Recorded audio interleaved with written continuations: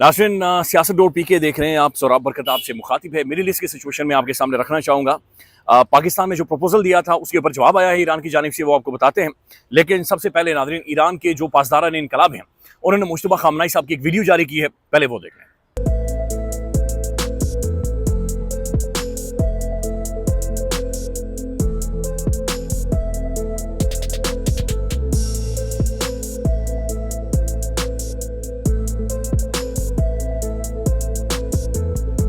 जंगें नाज़रीन नैरेटिव्स के ऊपर लड़ी जाती हैं, बयानियों के ऊपर लड़ी जाती हैं। और जिस तरीके से ईरान का जो ISPR है, ईरानी फौज का, पाकिस्तान इनकलाब का जो तर्जुमान है नाज़रीन, जिस तरीके से वो नैरेटिव के वॉर में कामयाब हो रहा है, जिस तरीके से वो अमेरिका को पीछे छोड़ रहा है, जिस तरीके से वो डेंट डाल रहा है अमेरिका के बयानिए के ऊपर, ये अनप्रेसिडेंटेड है। ये इससे पहले कभी नहीं देखा गया। अब मैं नाज़रीन आपको एक वीडियो दिखाना चाह रहा हूँ। ये अमेरिका के अंदर नाज़रीन, अमेरिका के जो वॉर सेक्रेटरी हैं, जो एक बड़ा एक जाहिल किस्म का ये इंसान है नाज़रीन, जिसने आज से चंद दिन पहले कुछ जर्नलों को भी फारिग किया था। अच्छा, उन्हें बाकायदा से जलील किया जा रहा है, उन्हें बाकायदा से बताया ये जा रहा है कि भाईजान आपने आप इस काबिल नहीं हैं कि आपको वक्त दिया जाए, आपसे बातचीत की जाए। ये सुन लें आप। Forward answer, yes or no? We all support and defend the Constitution of the United States. You know what? Proud I'm not going to waste my time anymore. You're not worthy of my attention or my questions. You're an embarrassment to this country. You're unfit to lead. And there's been bipartisan members of Congress that have called for your resignation. You should just get the hell out and let somebody competently lead this department. Mr. Chairman, do we not have any decorum in here? अच्छा, दूसरी जानिब नाज़रीन, America जो कि free world के बारे में बातचीत करता है, जो उसूलों की बातचीत करता है, जो रूल्ड बेस्ड वर्ल्ड ऑर्डर के बारे में बातचीत करता है, ये मजहबी जुनूनी है। और ये बिल्कुल इस वक्त एक खास किस्म की रिलीजियस मजहबी लॉबी है जो कि इस वक्त काम कर रही है। ये सिर्फ आप नाज़रीन स्पीच सुनिएगा। और ये ईस्टर की तकरीबात हो रही हैं, वहां पर व्हाइट हाउस के एक पादरी हैं, ये क्या गुफ्तगू कर रही है, कह रहे हैं कि खुदा ने ट्रंप को यहूदियों की खातिर इस्लामी अवानों को हलाक करने के लिए खड़ा किया हुआ है। ये व्हाइट हाउस के अंदर गुफ्तगू है, जहां पर दाईं साइड पर डोनाल्ड जे ट्रंप, अमेरिकी प्रेसिडेंट, जिसे मैड मैन भी कहा जाता है, जिसे मैड बुल कहा जाता है, वो खड़ा है। ये सुन लें।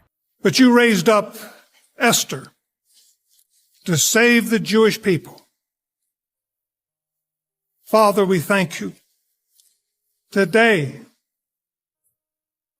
the Iranians, the wicked regime of this government, wants to kill every Jew and destroy them with an atomic fire.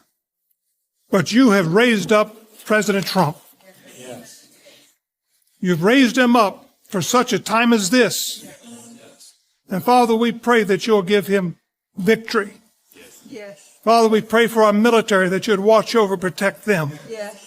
अब नाज़रीन, जो सबसे अहम तरीन खबर है, रॉयटर्स जो मोस्ट रेप्यूटेड बैनुल अक़वामी न्यूज़ एजेंसी है, उन्होंने आज ये खबर दी कि फील्ड मार्शल आसिम मुनीर, पाकिस्तान के जो आर्मी चीफ हैं, उनकी गुज़श्ता रात कई दफ़ा बातचीत हुई JD Vance के साथ, फिर ईरान के ऑफिशियल्स के साथ। यानी पाकिस्तान ने फुल ऑन कोशिश की कि किसी तरह से डिप्लोमेटिकली सारे मामले को सॉर्ट आउट करें और इस मामले को हल करवाएं। अच्छा, इसके ऊपर बैरिस्टर मुनीर फारूक साहब भी ये कह रहे हैं कि भाई इस्लामाबाद के अंदर, रावलपिंडी के अंदर गुज़श्ता रात या पिछले 24-48 घंटों से खासी हलचल महसूस की जा रही है। बैरिस्टर मुनीर फारूक साहब को सुन लेना। कोई ताल्लुक नहीं है। इस वक्त एक बहुत क्रिटिकल सूरत हाल है, बहुत क्रिटिकल सिचुएशन है। आई रियली होप इसका कोई नतीजा निकले। बहुत इस्लामाबाद के अंदर मैं आपको बता रहा हूँ कि काफ़ी दौड़ भाग हो रही है, और इसीलिए कि कोई नतीजा या नेगोशिएशन का कोई सिरा निकल आए। लेकिन अगर नहीं निकलता और चीज़ें बिल्कुल इधर उधर हो जाती हैं, देन एक्सपेक्ट कि शायद दुनिया एक बहुत बड़े रिसेशन की तरफ जा रही है। वो इसलिए क्योंकि जो अमेरिकी सदर की मेंटल हालत इस वक्त हुई हुई है, ये कोई नॉर्मल आदमी ये नहीं करता, जो शदीद फ्रस्ट्रेशन का शिकार हो। क्यों? अपने जहाज़ गिरवा लिए, सुपर पावर होते वो जहाज़ भी गिरवा लिया, जिसके बारे में कहा जाता है वो गिर नहीं सकता, वो जहाज़ भी गिरवा लिया। अब नाए हुरमुज़ नहीं खुल सकी। ईरान जिसको कहते रहे मैंने ख़त्म कर दिया, 1 महीना हो गया, वो ख़त्म तो नहीं हो रहे। अपने खिलाफ अपनी अप्रूवल रेटिंग्स तबाह करवा ली। इजराइल जैसे मुल्क ने अमेरिका को आगे लगा लिया, कोई हदफ हासिल नहीं हुआ। दुनिया लान तान कर रही है और कह रही है कि मईशत डूब रही है दुनिया की। तो डोनाल्ड ट्रंप ने क्या हासिल किया? वो अरब ममालिक जिन्होंने खरबों डॉलर की इन्वेस्टमेंट की हुई थी अमेरिका के अंदर, वो भी अमेरिका की जान को रो रहे हैं कि ये तुमने जंग शुरू कर दी है तो हमारा तो तुमने बेड़ा गर्क करवा दिया। तो अमेरिकन प्रेसिडेंट ने क्या हासिल किया? सिफर। पाकिस्तान नाज़रीन ईरान का पड़ोसी मुल्क है, पाकिस्तान ज़ाहिर है इस जंग से मुतासिर, अभी भी मुतासिर हो रहा है, जो पेट्रोल प्राइसेस हमारे यहाँ बढ़ रही हैं। अच्छा, इसी दौरान नाज़रीन एक खबर आती है, और वो खबर ये है कि officials from the Pakistan and the Iran have already held a physical meeting. मुज्जाद खबरें, चूंकि इस वक्त जंग लगी हुई है, इस वक्त केओस है, इस वक्त हर तरफ एक अफरा तफरी है, लिहाजा मुज्जाद खबरें जो डेवलप हो रही हैं कि भाई चाइना और जो माजरत के साथ ईरान और पाकिस्तान के ऑफिशियल्स की फिजिकल मीटिंग हुई है, और at least 2 sources have disclosed this. The meeting lasted for a few hours in the Pakistan territory a few days ago. कि ये मुलाकात ईरान के और पाकिस्तानी ऑफिशियल्स की आज से चंद दिन पहले हुई है। अच्छा, इसके बारे में भी कोई खबर नहीं है। रॉयटर्स जो कह रहे हैं कि फील्ड मार्शल आसिम मुनीर साहब ने गुफ्तगू और बातचीत की है अमेरिकन ऑफिशियल्स के साथ, ईरानियन ऑफिशियल्स के साथ, उसके बारे में भी रॉयटर्स आगे ये लिख रहा है कि पाकिस्तान का जो दफ्तर खारजा है उन्होंने अभी तक उसकी तस्दीक नहीं की, अमेरिकन ऑफिशियल्स ने इसकी तस्दीक नहीं की, चाइनीज ऑफिशियल ने इसकी तस्दीक नहीं की, तो तस्दीक उसके अंदर कहीं से भी नहीं है, लेकिन ये मुख्तलिफ खबरें डेवलप हो रही हैं। तो इस मीटिंग के बारे में जो कहा जा रहा है कि जो 2 ईरानियन ऑफिशियल्स पाकिस्तान में आए, पाकिस्तानी टेरिटरी में आए और एक फिजिकल मीटिंग हुई है, इसके बारे में आगे ये लिखा जा रहा है कि neither Pakistan nor Iran have officially acknowledge the meeting.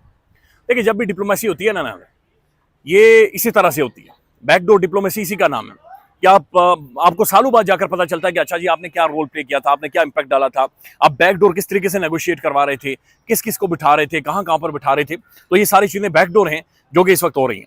Pakistan ने नाज़रीन जो ऑफिशियली प्लान दिया है, प्रपोजल दिया है, वो नाज़रीन 45 पॉइंट का है, और उसके अंदर नाज़रीन अब जो 45 पॉइंट्स हैं, अच्छा मुख्तलिफ फेजेस हैं, जिन फेजेस का जिक्र किया गया वो मैं आपके सामने रख देता हूं, और उसके बाद ईरान का जवाब भी आपके सामने रखते हैं। ये फुल स्क्रीन के ऊपर चलाएंगे इब्राहिम मेहरबानी। Details are the Pakistan propose 2-phase deal dubbed as Islamabad accord.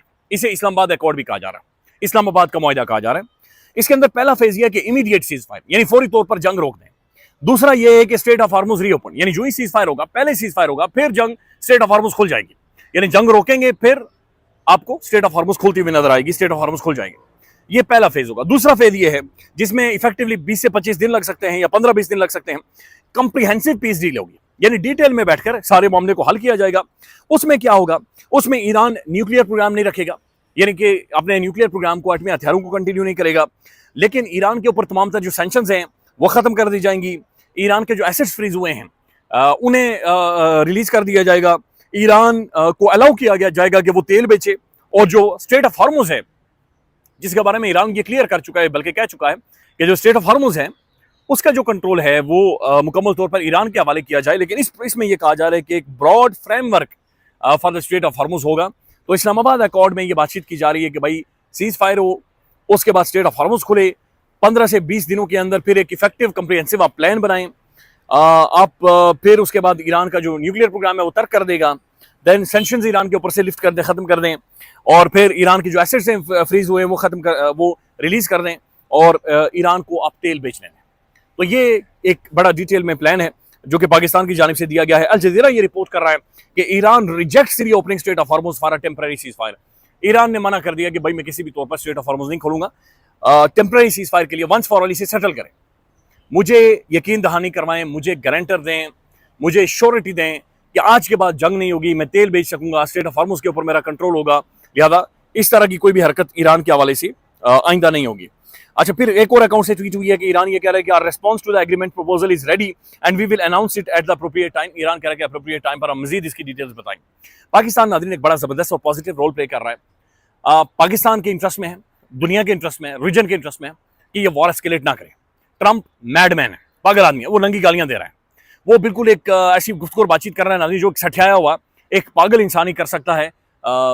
सोचने समझने वाला या जिसका कम से कम दिमाग काम कर रहा हो वो इंसान नहीं कर सकता जिस तरह की गुफ्तगू और बातचीत ट्रंप कर रहा है। तो ये अभी तक नाज़रीन अमेरिका के अंदर या ओवरऑल सिनेरियो के अंदर जो चीज़ें डेवलप हो रही हैं वो यही हैं कि भाई ये सारी कहानी बनी हुई है। हामिद मीर साहब ने एक कॉलम लिखा है, और उस कॉलम के अंदर हामिद मीर साहब ये कह रहे हैं कि अब्बास अरागची जो ईरान के फॉरेन मिनिस्टर हैं, उन्होंने अपने बयान में पाकिस्तान जिंदाबाद का नारा इसलिए लगाया कि रियाज में 12 ममालिक के इजलास में खलीजी ममालिक को ग्रेटर इसराइल की साजिश से होशियार करने की जरूरत सिर्फ और सिर्फ पाकिस्तान ने की थी कि भाई ये मसला सिर्फ ईरान का नहीं है, ये मसला सिर्फ पैलेस्टाइन का नहीं है, ये मसला है एक ग्रेटर इसराइल का, और वो अपनी एक्सपेंशनिस्ट जो उसकी सोच है वो उसकी तरफ जा रहा है। पाकिस्तान के अंदर नाज़रीन क्या अपडेट्स हैं, पाकिस्तान के अंदर की क्या खबरें हैं। सलमान सफदर साहब ने गुफ्तगू की है और उन्होंने कहा कि चीफ जस्टिस ने हमें यकीन दहानी करवाई है कि कल हम इमरान खान का केस सुनेंगे। अच्छा, चीफ जस्टिस की मैं सलमान सफदर की गुफ्तगू सुनाने से पहले आपको एक और इंटरेस्टिंग खबर बता दूं। चीफ जस्टिस जैसे ये आफरीदी साहब ये कहते हैं कि मैं तुर्की में गया तो वहां पर मैंने देखा कि कोर्ट्स के अंदर बाकायदा से ऐसे एक्सपर्ट्स मौजूद हैं जो कि आर्टिफिशियल इंटेलिजेंस का बेहतरीन इस्तेमाल कर रहे हैं। तो मैंने कहा जी मुझे ऐसे एक्सपर्ट्स पाकिस्तान में भी चाहिए, आर्टिफिशियल इंटेलिजेंस के ऊपर जो ऊपर रखते हो। सलमान सफदर साहब को सुन लें जो ये बातचीत कर रहे हैं कि उन्हें यकीन दहानी करवाई गई है चीफ जस्टिस की जानिब से कि कल इमरान खान का केस सुना जाएगा। ख्याल रखिएगा, अपडेट करेंगे। अल्लाह हाफिज़। कि एक दफ़ा फिर अल-कादिर ट्रस्ट में उनकी जमानतों पे आज कार्रवाई होनी थी, मगर आज एक मरतबा फिर तारीख टलती हुई नज़र आ रही है, क्योंकि चीफ जस्टिस साहब की अदम दस्तयाबी की वजह से आज एक मरतबा फिर अल-कादिर केस एडजर्न हो रहा है। हम इस वक्त ऑफिस से ये एश्योरेंस लेकर आए हैं कि इमरान खान साहब और उनकी मिसेस का केस, जो जमानतों का केस है, 15 माह से इस्लामाबाद हाई कोर्ट में पेंडिंग है। 16 तारीखें इसमें डल चुकी हैं। ये फाइनली कल सुबह के लिए हमारी भरपूर एहतजाज भी हुआ है और हमने अपना प्रोटेस्ट भी लॉन्च किया है कि ये जमानतें प्रायोरिटी पर सुनी जाएं। हमें चीफ साहब के दफ्तर से एश्योरेंस मिली है कि ये केस अब कल के लिए समाअत के लिए फिक्स होगा और 3 बजे हमें उसकी इत्तला मिलेगी।